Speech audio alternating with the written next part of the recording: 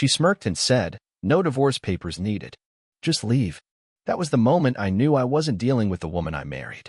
And when the FBI called her the next morning, well, let's just say karma showed up right on time. I stood in the doorway, suitcase handle gripped in one hand, heart clenched in the other. Her voice still echoed through the halls, sharp, smug, cold. "No divorce papers needed. Just leave." She didn't yell. She didn't cry. She smirked, like it was all some twisted game she had already won. Her name was Jessica. We'd been married 18 years. 18 years of laughter, struggles, raising our son Tyler, late-night conversations about dreams and fears. All of it now shredded like junk mail.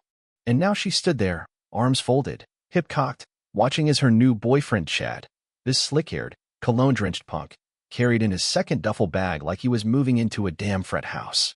I didn't say a word. I didn't shout or throw anything. I simply nodded. That's when I saw the glint in her eyes, like she wanted a reaction. She wanted me to break, but she wasn't going to get it. I zipped the bag, clicked it shut, walked out the door like I was going to the store. She didn't know who she was playing with. I sat in my truck for 20 minutes, engine off, just staring at the dashboard. My wedding ring still on my finger, the indentation beneath it already starting to ache. The emotional weight didn't hit all at once. It came in small waves. The flicker of memories, like ghost echoes. Her laugh.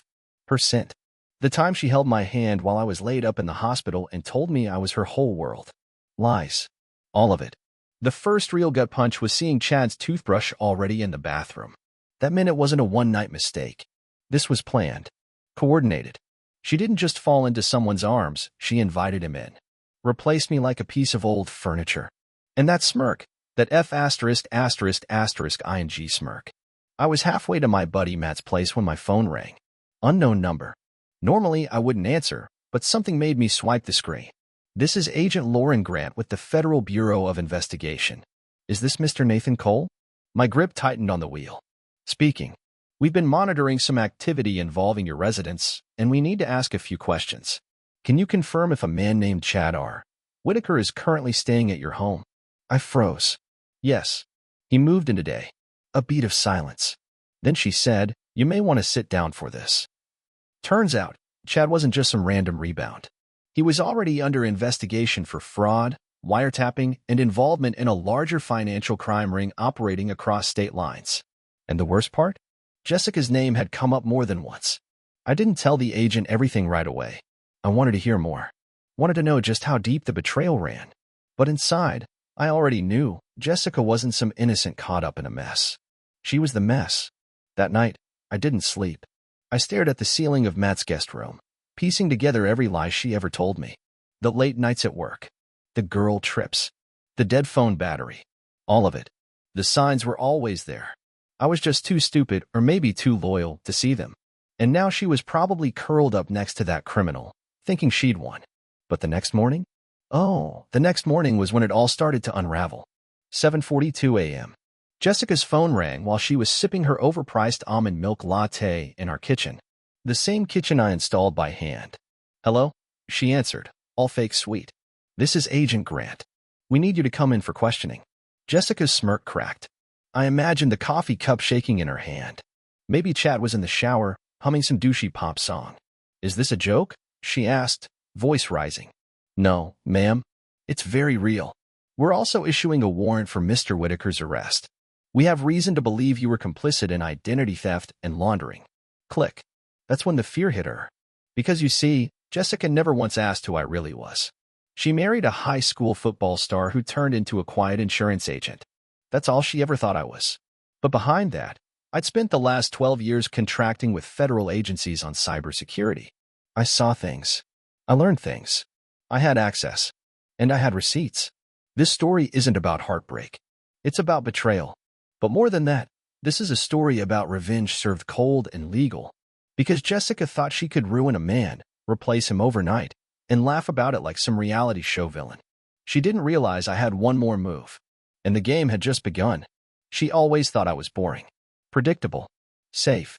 That was the biggest mistake she ever made. The moment I left, I activated the backup drive I had in my truck, encrypted logs, screenshots, call recordings, even GPS data from the tracking app she accidentally gave permission to 6 months ago. I'd been watching things build for a while, too afraid to believe it. Or maybe just waiting for her to show her teeth so I wouldn't have to doubt anymore. I watched her lie, over and over. I watched her meet Chad at that sleazy motel on Jefferson Avenue. Watched her feed our son lies about yoga classes while she was out doing things I won't even say out loud. She thought she was clever. She thought deleting texts meant they were gone. But nothing is ever really gone. I emailed everything to Agent Grant before the sun even came up. By 9 a.m., Jessica's entire world was turning to ash. I heard from Matt. His sister still lived near our house. She saw 2 black SUVs pull up outside while Chad was still in the driveway, shirtless, flexing his fake tan muscles like some bad soap opera extra. He didn't flex so hard when they cuffed him. He didn't smile when they opened his car trunk and found a burner laptop full of stolen identities. And Jessica? She tried to slam the door on the agents. My Jessica. The woman who once cried when a butterfly died on her windshield, now screaming at federal officers like a cornered animal.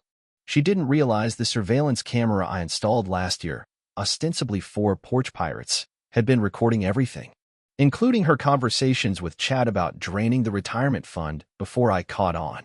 She called me 20 minutes later. I didn't answer. The voicemail was pure chaos. Nathan, what the hell is going on? They took Chad. They're saying crazy stuff about fraud and you better not be behind this. Call me. Now. I played it twice, then deleted it. I'd already packed up everything I needed, documents, clothes, the watch my father gave me, the hard drive with the last 10 years of our lives stored in folders labeled important and lies. I wasn't planning on ever walking into that house again. But before I left town, I had one last thing to do. I went to the bank.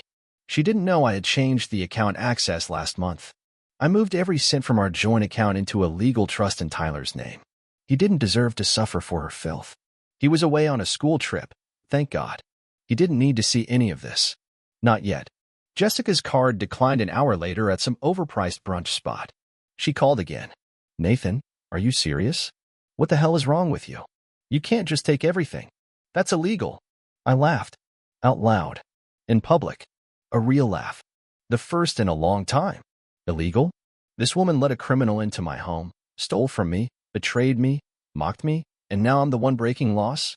She always underestimated me. Always. It was 3 p.m. when I got the next call from our lawyer. He told me she'd called him screaming about emergency divorce filings and asset freezing. I told him calmly, let her file. I won't contest anything. In fact, she can keep the house. I don't want it anymore. He paused. You sure? She's going to need a place to serve her house arrest, right? Silence on the other end. Then, well played, Nate. I drove to a cabin 2 hours outside the city, one I'd bought quietly 3 years ago as an investment. Jessica didn't even know it existed. It was peaceful, secluded, surrounded by pine trees and silence. The kind of place where a man can hear his own thoughts again. I made coffee, sat on the porch, and watched the sun dip beneath the trees. And that's when it really hit me. 18 years. 18F ****ing years. And I still didn't know who that woman was. All the anniversaries. The holidays. The whispered promises in bed. Lies. All of it. She probably never loved me. Maybe she did once, but somewhere along the line, she started rehearsing her betrayal. I just didn't see the curtains fall. But it didn't matter anymore. Because she smirked when she told me to leave. She laughed when she said no divorce papers needed. And now? She was facing 12 federal charges. No more smirks. Just subpoenas. And I hadn't even gotten started yet. The silence in that cabin was healing. Not the kind of silence that comes after a fight, but the kind that follows war. The kind where you finally realize you survived something brutal, even if you're still bleeding inside. I didn't feel triumphant. Not really. I wasn't some cold, calculated mastermind with no heart. I was a man who gave everything to a woman who didn't even flinch when she threw it all away. The next morning, I got a message from Tyler's school. His teacher said he'd heard something from one of the other kids. Something about his mom being on the news. My stomach dropped. That wasn't how I wanted him to find out. I called him. Hey, Dad. His voice was small. Cautious. Like he was testing the water before jumping in. Hey, buddy. You okay? Why is Mom in trouble? I closed my eyes. There it was. The moment every father dreads. She made some really bad choices, Ty. Ones that hurt people. And now the police are looking into it. It has nothing to do with you, okay? He was quiet for a moment. Did she cheat on you? I almost choked. My 12-year-old son, saying it so plainly. Like it was just another piece of homework he didn't understand. Yeah, I said softly. She did. More silence. Are you mad? I was, I admitted. But now I'm just sad. For her. For me. For you. But we're gonna be okay. He didn't say anything for a long time. Then, finally, can I stay with you when I get back? That broke me. Always, I whispered. By the time we ended the call, I realized something strange. I hadn't cried yet. Not once. Not even when I packed my life into 2 bags or heard her whispering sweet nothings to Chad while I pretended to be asleep 2 weeks earlier. I'd held it in. Controlled it. But now, alone, with the scent of pine and coffee in the air, I let go. I cried for the man I used to be. For the dreams that would never come true. For the family that was now a crime scene. Later that day, I got an email from Agent Grant. Chad had cracked. Flipped like a cheap lawn chair. Gave up everything, his contacts, the fake companies, the offshore accounts. Even confessed to stealing some of my information while living under my roof. Jessica's name came up again. Multiple times. They had a strong case now. Jessica was officially a co-conspirator. And I had one last move. I sent her a letter. Not through email. Not a text. A real, old-school letter. Written in ink. Folded neatly. All it said was, "No divorce papers needed. Just stay. You'll be there a while." No signature. No threats. Just her own words, thrown back at her like a boomerang with razors. Matt called me that evening. He said the news had picked up the story. Jessica and Chad's faces were plastered on local TV. The report was vague but damning: suburban couple under federal investigation for cybercrimes. The comments section online was brutal. Turns out people aren't very forgiving of con artists who play house in someone else's life. Jessica tried calling again. 7 times that day. I didn't answer. Didn't block her either. Let her scream into the void. That night, I opened an old photo album. We looked happy in those pictures. Real happy. Vacations, birthdays, even boring Tuesdays. I searched the smiles for signs of who she'd become, but I couldn't find them. Maybe she changed. Or maybe she'd always been like that and just got tired of pretending. Either way, I finally saw it clearly. None of this was about me not being enough. It was about her never being anything real. She needed chaos. She fed on it. And when there was none, she created it. I was her stability, her cover story, her safety net. And when she no longer needed it, she lit the net on fire. But here's the thing about fires. Sometimes, they clear the land for something new to grow. And I was already planting the seeds. The next time Jessica called, I let it ring until the voicemail picked up. Her voice was hoarse, shaky, desperation creeping in where arrogance used to live. "Nathan, please. Just call me. They're saying things I don't understand." I didn't know what Chad was doing. I swear I didn't. "You know me. This isn't fair. We can fix this. I need you." She paused. Like she thought if she stayed silent long enough, I'd rush in to save her like I used to. "Please." Click. That please meant nothing. Not after watching her unlock the front door for another man with our keys. Not after she laughed while that loser carried a bag into my bedroom. I knew the difference between a mistake and a plan. Jessica didn't trip and fall into someone else's arms. She built a whole life in the shadows while pretending to be my partner. And now, with the lights on, she was scrambling for cover. I forwarded that voicemail to Agent Grant. Let her pick apart the lies. I was done doing that.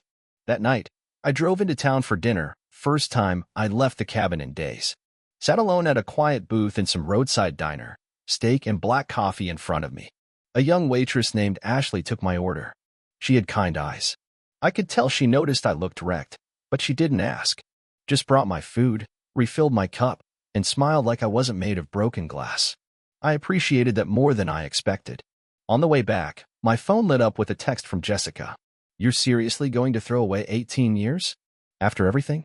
I stared at the screen. The woman had the audacity to act like I was the one throwing anything away, as if she hadn't bulldozed our marriage and danced on the ashes. I didn't reply. Instead, I opened the email from the FBI again. They'd attached photos from the search of our house, evidence, they said. I scrolled through them slowly. There was the guest bedroom drawer, where Chad had stashed flash drives with stolen data. The hidden compartment in our basement, Jessica's handwriting on receipts and ledgers. The hidden burner phone under my side of the bed. That one stung. Not because it was clever, but because it was cruel. She hid her lies in the one place I thought was still ours. But you know what? I didn't feel hate. Not anymore. Hate takes energy. She didn't deserve that. She deserved consequences. And they were coming. The next day, Jessica's sister, Brittany, called me out of nowhere. We hadn't spoken in over a year. She always kept her distance. But this time, she sounded frantic. Nathan, you need to know. Jessica's trying to say you set her up. That this is all some twisted revenge thing. She's telling the family you planted stuff to frame her. I actually laughed. For real. She's seriously saying I framed her for federal crimes? I know it's insane, Brittany said, voice dropping. But she's spiraling. She's blaming everyone but herself. Of course she was. That's what people like her do.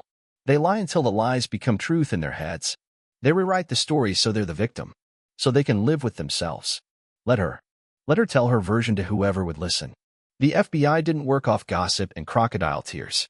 They had evidence. They had Chad. They had everything they needed. All I had to do was watch it all crumble. I hung up with Brittany and stared at the wall for a while. There was a framed photo on the cabin's shelf, something the previous owner left behind. It showed an old couple on the porch, smiling like the world never touched them. I wondered if I'd ever have that. If I'd ever trust again. Or love again. Or even want to. But I knew one thing. I'd never let anyone make me feel invisible again. Jessica treated me like furniture. A placeholder. Like the man who paid the bills, fixed the sink, and said, I love you, out of habit. She thought I was safe. Predictable. Powerless. But I was never powerless. I was just patient. And now? She had all the time in the world to think about that. The next few days were a blur of legal calls, texts I never responded to, and long hours spent just sitting in the quiet of the cabin, letting everything settle. Every time my phone rang with a number I didn't recognize, my chest tightened, waiting for the next chapter of the mess that had become my life. But something changed. Somewhere between the shock of the betrayal and the frustration of trying to piece together what happened, I started feeling something else. Clarity. Jessica had spent so long trying to rewrite the narrative, trying to make me out to be the villain in her story, that I'd almost lost sight of who I really was.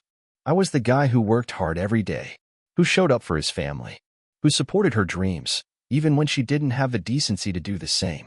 But now, with all her lies, all her deceit, I was done pretending that I didn't see what she had turned into.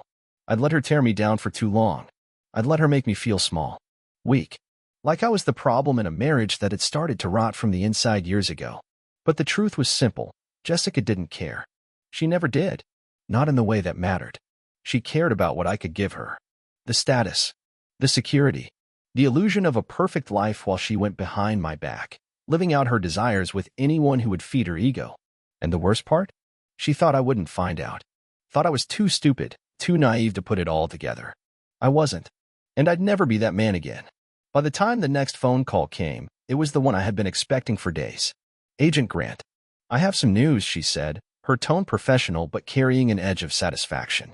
We've got a court date scheduled. Chad's already agreed to a plea deal, and we're moving forward with charges against Jessica. The investigation on her accounts and activities is progressing faster than expected. I sat up straighter in my chair, hearing the word charges and not feeling the slightest ounce of guilt. Good. Is there anything else I need to know?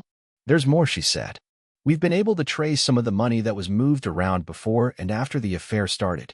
She wasn't just stealing from you, Nathan. She was laundering money through your accounts. There's no telling how deep she was involved, but it's serious.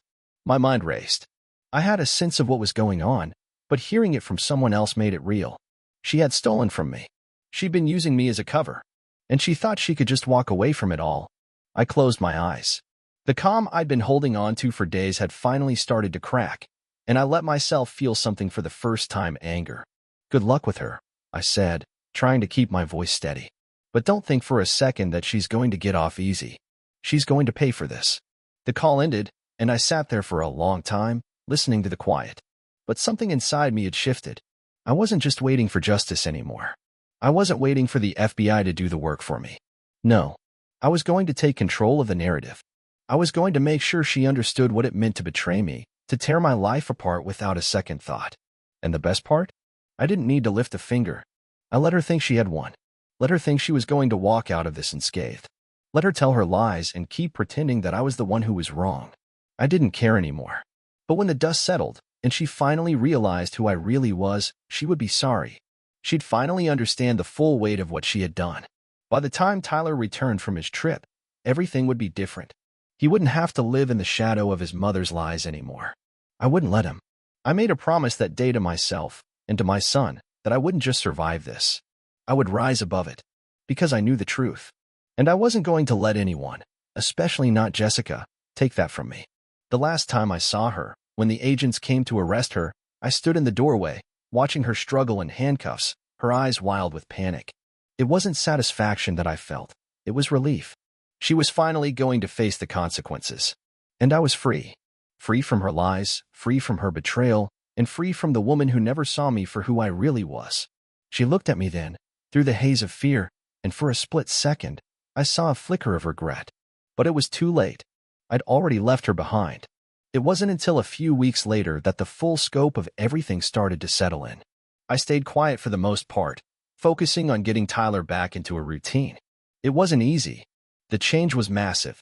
He had questions, of course, and I answered every one of them with the kind of honesty that was both painful and necessary. "She's never coming back, right?" he asked one night, sitting next to me on the couch, looking up at me with those deep eyes of his. Eyes so much like mine, yet filled with a sadness I didn't know how to fix. I ruffled his hair, trying to smile, though I could feel the tightness in my chest. "No, buddy," I said softly. "She's not."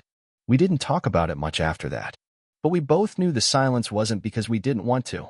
It was because we were both still processing the devastation of what had happened. Life, however, had a funny way of pushing forward. I threw myself into work, throwing myself into Tyler's school events and making sure he didn't feel alone in this mess. The days blurred together. Some were better than others, but every day felt like a fight to reclaim a life that was mine. The life that had been stolen, manipulated, and tossed aside. I watched the news coverage as Jessica's trial began. Her name, her face, plastered everywhere. She was the story now. Her tears, her apologies, her remorse for the things she'd done. But none of it was real. Not to me. Not after everything. I couldn't bring myself to watch the live updates on TV. I couldn't stomach the sight of her still playing the victim, making people feel sorry for her. I didn't need that. What I needed was peace. What I needed was closure. And that was when I realized closure wasn't something she would ever give me. It wasn't something I could rely on her for. I had to give it to myself. The lawyers sent me the final paperwork a few days later. Divorce papers. She had signed them already. It was all over in the legal sense, but the emotional aftermath was much harder to clear away. But I knew one thing. Signing the papers wasn't the end of it. It was the beginning of me truly moving on. A couple of months passed. Tyler and I spent more time together. I enrolled him in a summer camp. We played basketball every weekend in the driveway. I even started picking up hobbies I'd left behind. I began rebuilding myself, piece by piece. But the hardest part wasn't learning to live without Jessica. It was learning to live for myself again. For years, I've been someone else's partner, someone else's husband, someone else's caretaker. But I had forgotten how to be Nathan, the guy who was driven by his own purpose, his own passions. I started getting back into shape. I ran every morning. I ate better. I began reading books I had set aside. And slowly, I remembered what it felt like to want something more than just surviving. It wasn't about revenge. I'd already won that battle the moment I walked away. What I was reclaiming now was something more precious: my dignity, my self-respect, and my future. A few months later, I ran into Brittany, Jessica's sister, at the grocery store. I could tell she wanted to say something. She stood there for a moment, looking at me, shifting uncomfortably. Then she sighed.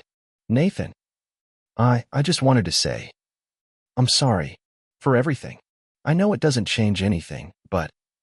I looked at her, the weight of everything not quite so heavy anymore. "You don't need to apologize," I said quietly. "It's not your fault. It's just her." She nodded, looking relieved that I wasn't angry.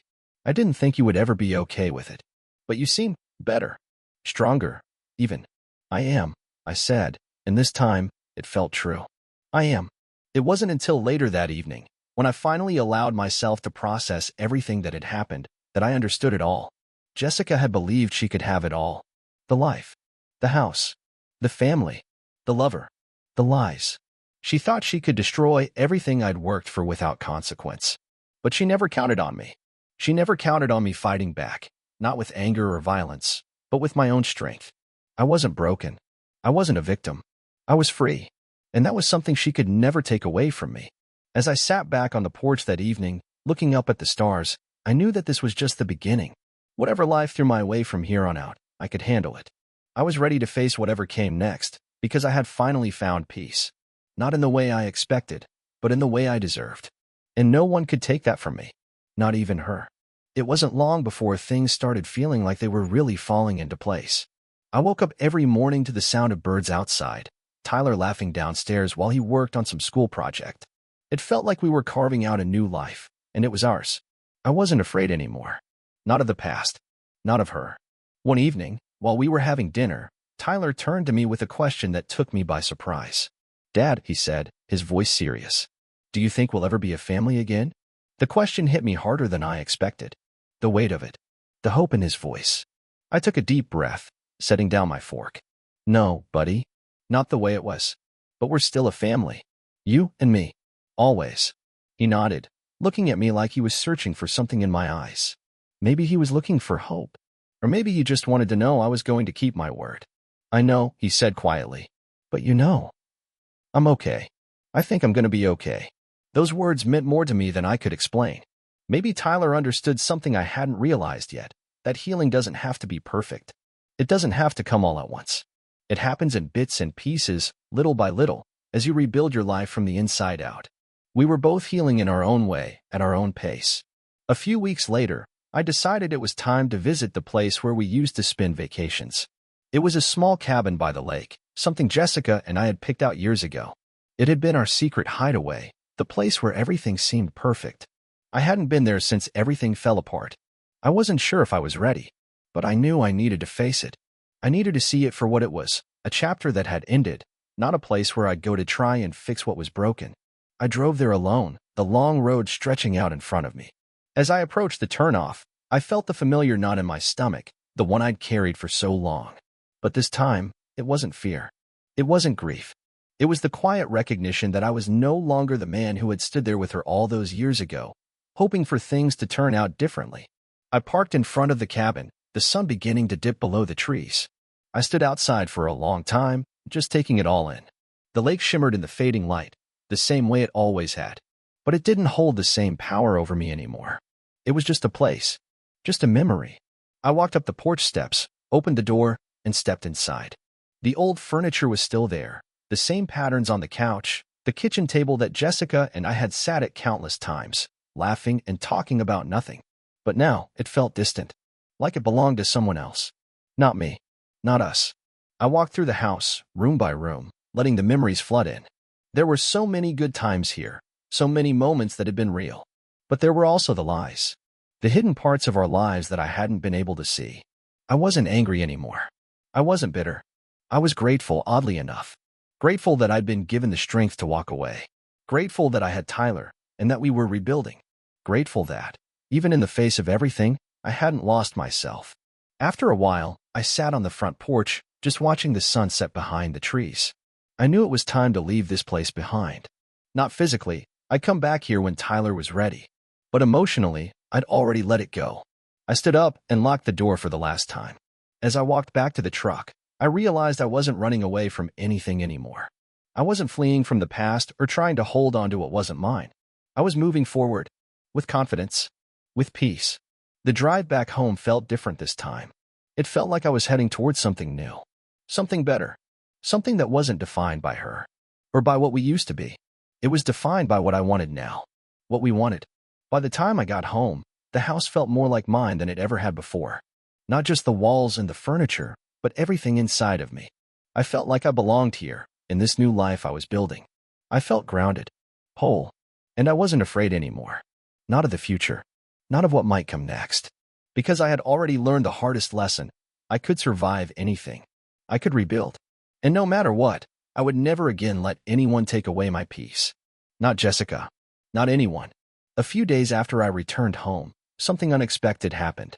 I received a letter, neatly folded in an envelope with a legal seal.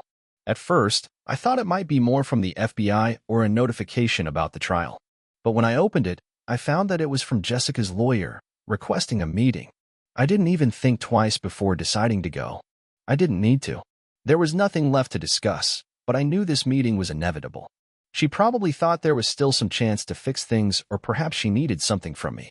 Whatever it was, I would handle it the same way I had been handling everything else, calmly and with purpose. When I arrived at the lawyer's office, I was surprised to see that Jessica was actually there. She was sitting across from me, looking almost like a stranger. Gone was the smug arrogance. Gone were the attempts to manipulate. She looked tired, small, even vulnerable. "Nathan," she said quietly, her voice shaky. I didn't expect to see you here." I didn't respond right away. Instead, I took a seat, my back straight, my posture confident. I was in control now. I wasn't the man who was clinging to memories of what had been. I wasn't the man she'd disrespected and betrayed. "Why are you here, Jessica?" I finally asked, my tone neutral but firm. "What's left to say?" She looked down at her hands, fidgeting.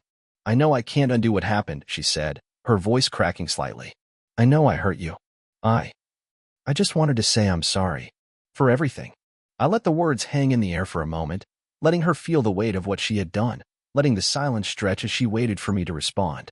"Sorry," I repeated, my voice cold. "Sorry doesn't fix what you did. Sorry doesn't undo the years of lies, the manipulation, the betrayal." I saw her flinch at the words. Good. She should. She needed to feel the sting of the truth for once. "I know," she said, her voice barely above a whisper. "I just wanted to.